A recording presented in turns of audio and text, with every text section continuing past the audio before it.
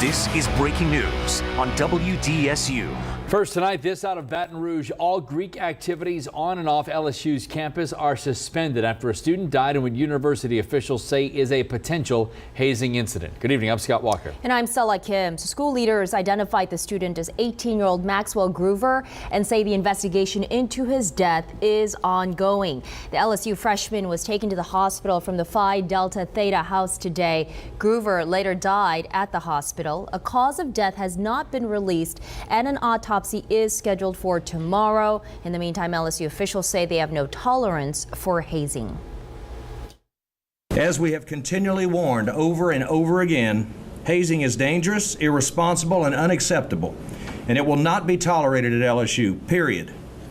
As a result, all Greek activities are suspended indefinitely. We will continue to monitor this story and have the latest for you online and on social media. You can also download the WDSU News app for any updates. It seems like the news or this website that came out today has caught people's attention.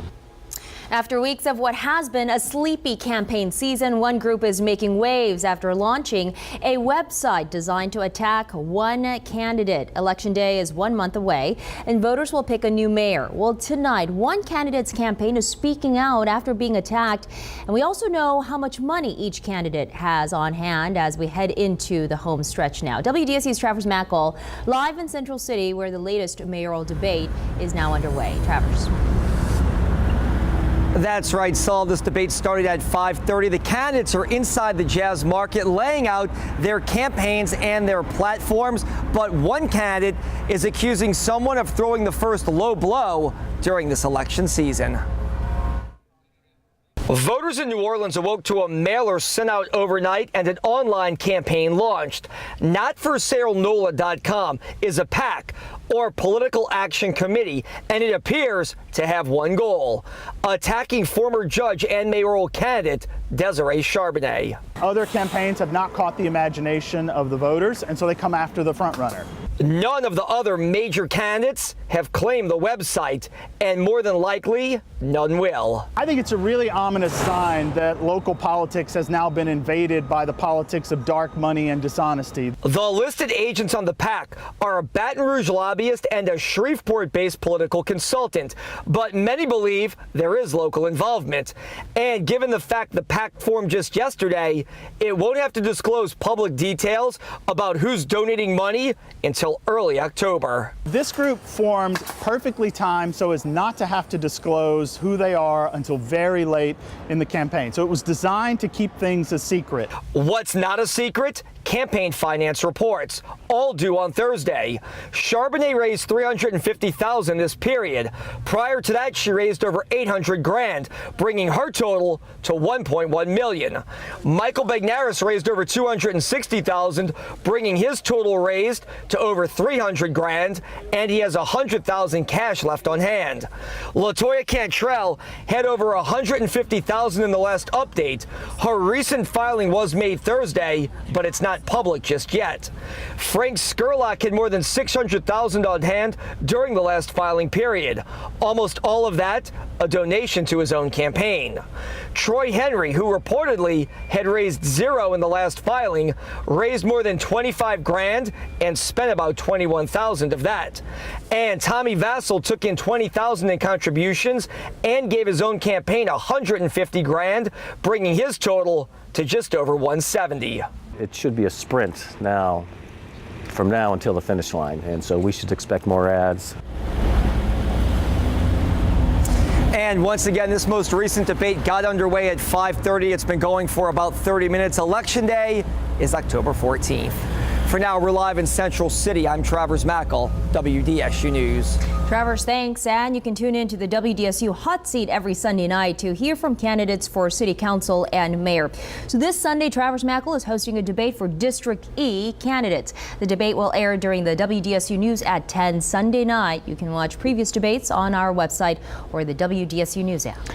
New tonight, the Orleans Parish School Board just passed 2 new policies for dealing with law enforcement interrogations in schools. Board leaders say they already had policies in place, but this is about clarifying those policies. WDSU's Tammy Astwick live at that meeting in Algiers. Tammy?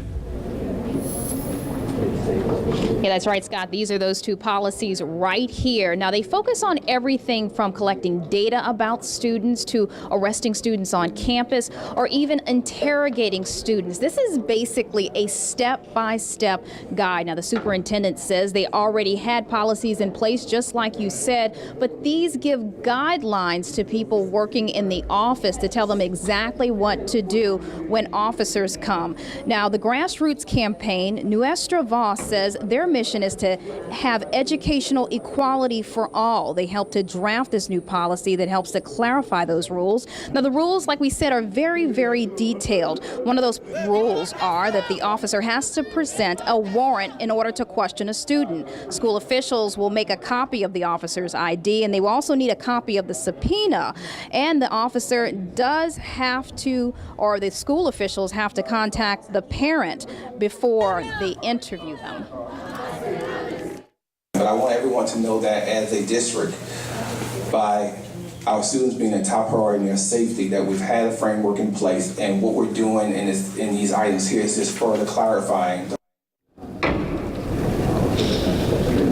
Now, we can tell you tonight that both of these measures passed unanimously. From the Orleans Parish School Board in Algiers, Tammy Eswick, WDSU News. Tammy, thanks. The New Orleans City Council unanimously passed a resolution to urge President Trump to keep the DACA program. According to that resolution, if he chooses to ignore the request, it then defers to Congress. New Orleans leaders hope that encourages lawmakers to pass the DREAM Act of 2017 or another law that would grant permanent legal status and a path to citizenship for Dreamers. The Sewerage and Water Board of New Orleans is looking for 3 new people to serve on the board of directors. So if you're interested, you have until the end of tomorrow to apply.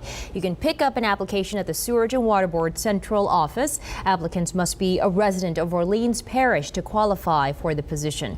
There are currently 3 vacancies on the 11-person board. Another startling turn of events in the investigation into the murder of 49-year-old Nanette Krentel of Lacombe. St. Tammany Parish Sheriff Randy Smith announced today Krentel's husband, St. Tammany Fire District 12 Chief Stephen Krentel, is no longer a suspect in the case. Only yesterday, the St. Tammany Parish Coroner, Dr. Charles Preston, ruled Krentel's death a homicide. The sheriff felt that announcement yesterday was premature. I am not disputing Dr. Preston, our coroner, his expert opinion into the cause of death. But I was concerned yesterday about the timing of the release because of pending lab results. They didn't make a lot of sense to me because it wasn't consistent with yesterday's announcement, but I don't know. My fear is now we'll go into a long stall and this will be swept under the rug.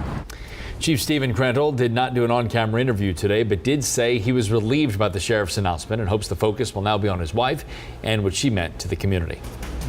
Next at 6, first responders preparing for the worst, how they're getting ready to perform rescues in the event of a disaster. Plus, the president takes a tour of the damage in the aftermath of Hurricane Irma, his promise to Floridians.